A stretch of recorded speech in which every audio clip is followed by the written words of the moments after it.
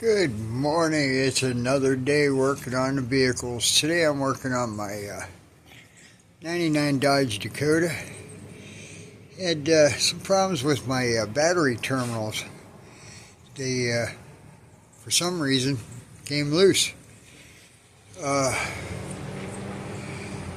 So I tried to repair them yesterday, and that didn't go so good. So I bought these new ones.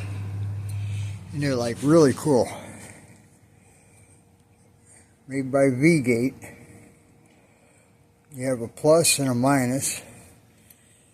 And if you want to clean up your battery area, these are the way to go. You can put 6 different, I think of 1 gauge wires in these. Now mine, they don't have that many 1 gauge. I've got, 1, 2, 3. And these are for the winch, the ground for the chassis, and I don't know what the other one's for. Who knows? And same thing on this side. And I've got some accessories. It runs the aux beam, my circuit breaker for the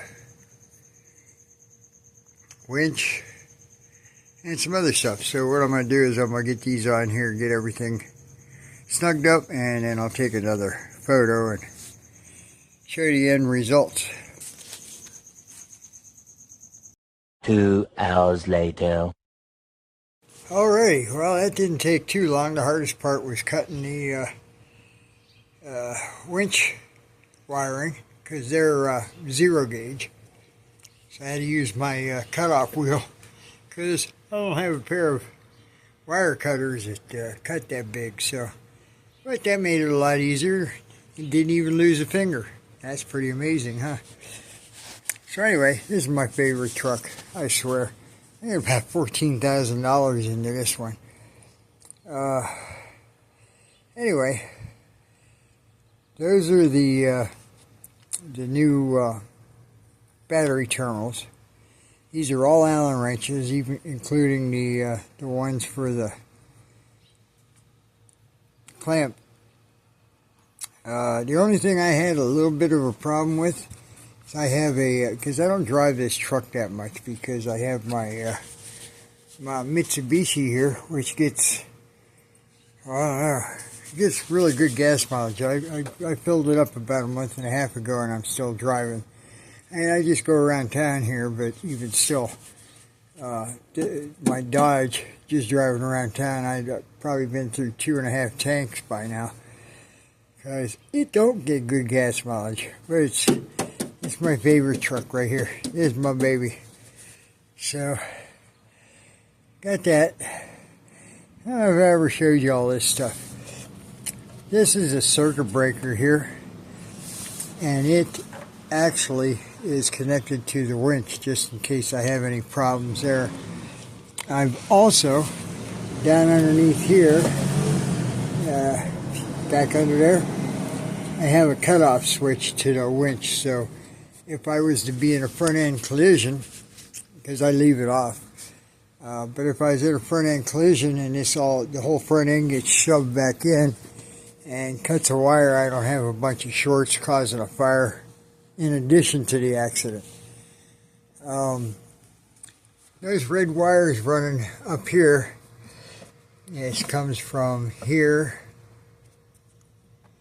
runs around, goes up that, I think I have 100, or here's a 100 amp fuse in there. It runs across over to this side, and it's connected to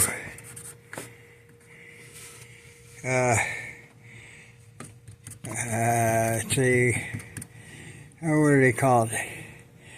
It's like a cutoff switch. So if battery voltage is below 13.8, it doesn't do anything. If it's 13.8 and above, then it goes back through this OT wire, runs all along the frame, comes up through the bed, and goes to my lithium battery, or not to my lithium battery, but to a DC to DC charger, and then DC to DC charger to the lithium battery. So if you're planning on doing a lithium battery anytime in the future, and you want to know how you're going to charge that, you definitely need to get a DC to DC charger. If you try running it off the alternator, my understanding is it'll ruin your alternator. So I'm not an electrician, don't profess to be, but that's everything I read on it. You don't run it off the alternator. So the alternator goes through the system, goes back to the DC charger, and then out of the DC to DC charger to the lithium battery, which keeps it charged up. Now I can also charge it with solar, and I have solar panels for that. I'm not that into solar for the house, but for camping,